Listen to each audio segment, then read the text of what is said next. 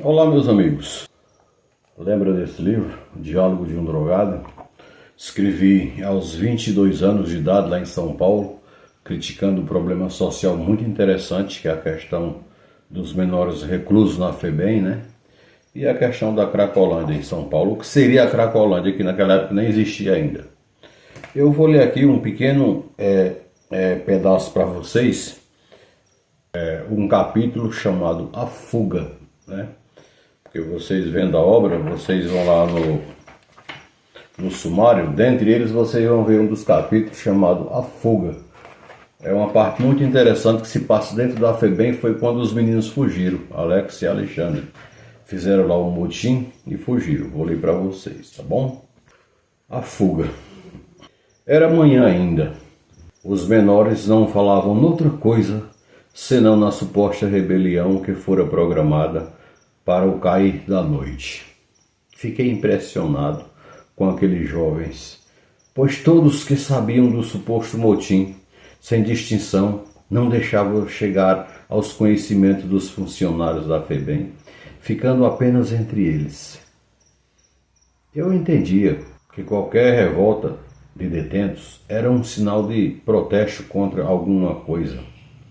Lá dentro estava superlotado, seria uma boa desculpa para causar uma rebelião.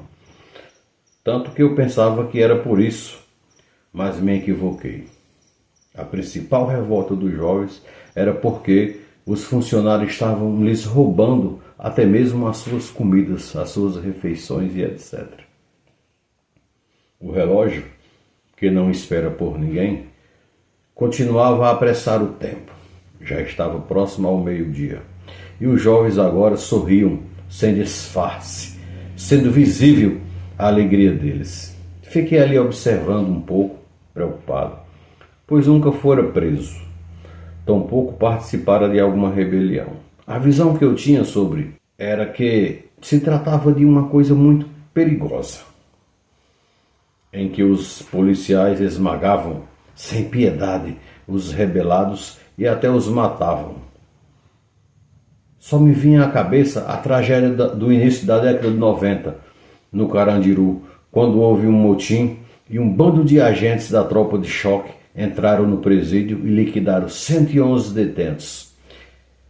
Esse era meu medo, de morrer pisoteado e amordaçado por cães ou perfurado por alguma bala. Eu olhava Alexandre encostado à parede, sentado no seu colchão e se tremendo, pois haviam passado algumas horas desde que ele tinha cheirado a cocaína. Portanto, o efeito do entorpecente já estava abandonando seu corpo. Não era um tremor desesperado como quem está sofrendo alguma overdose, mas suave, rítmico e quase imperceptível. Apenas quem observava com muita perícia era capaz de notar. Chegou a hora do almoço e fomos todos ao pátio. Havia várias rodinhas de moleques reunidos bolando o plano. Os funcionários observavam tudo sem entender nada. Talvez pensasse ser um movimento normal, não imaginando que naquelas conversinhas paralelas estaria se desenvolvendo um plano fatal para a destruição do complexo em poucas horas. Tudo ficou esclarecido e dentre poucos minutos os moleques saíram, cada qual para seu lado, retornando às atividades esportivas normais do dia a dia. Pronto, agora só faltava anoitecer para o plano perigoso ser posto em prática e, assim, iniciarem a bagunça. Vai ser uma alucinação nossa fuga, Alexandre. Tentei alertar meu irmão. Nós temos de fugir assim que começar a rebelião, senão vai ficar difícil sairmos daqui, pois quando as tropas chegarem. Você está louco?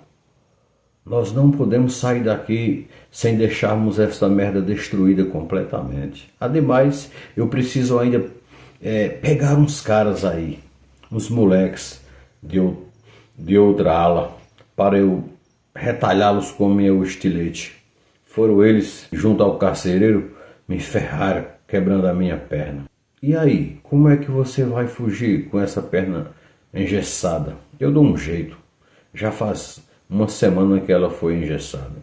Portanto, já está na hora desse gesso sair fora. Mais tarde, eu vou tirá-lo. Falando nisso, você já arrumou alguma coisa para você? Alguma lâmina? Não, para que isso? Como para que isso, rapaz? Você está louco?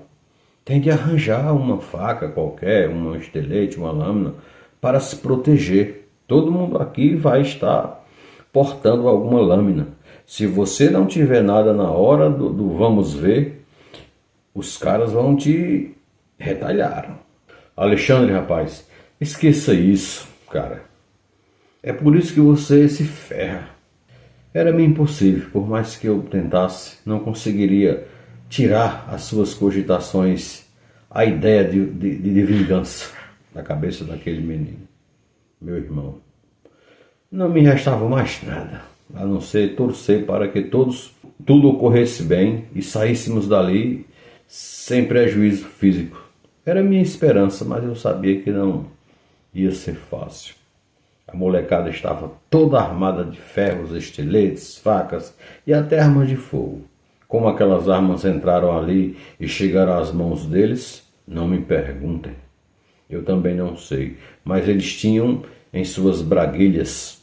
Seria um desastre total se abrissem fogo ao mesmo tempo naquela UAP e tornaria um caldeirão. E o maior perigo estaria nas bocas daquelas armas manuseadas por menores inexperientes. Se eles trocassem tiro com a polícia, causaria um bafafá danado, afetando o motim, a rebelião, e a coisa tornaria-se muito mais difícil para nós. Muitos dos meninos já haviam retornado às celas. A tarde começava a dar seus primeiros sinais de que estava se acabando, e meu coração batia forte, assustado. Pensei em minha mãe, no próprio Alexandre e em mim mesmo. Eu estava com medo e não tenho vergonha de dizer isso, pois estávamos próximos a uma desordem de consequências irreparáveis. Se os moleques estivessem pensando como Alexandre, pensei, esta UAP será perdida, não vai sobrar nada. Isso foi parte do capítulo aqui chamado A Fuga, foi quando os meninos fizeram uma rebelião e fugiram da FEBEM. Interessante. Portanto, leiam. Está aí no Amazon, Shoptime, Livraria Martins Fontes, na bio do Danado de Bom, onde vocês queiram adquirir. Bote aí no Google o nome que vocês adquirem essa bela história que eu escrevi quando eu era ainda um menino, ainda em 1997, aos 22 anos. Fala sobre FEBEM, fala sobre indiretamente a Cracolândia, já que na época não havia ainda a Cracolândia, mas uns ajuntamentos de pessoas nas ruas usando, cheirando drogas e etc e tal. Muito interessante.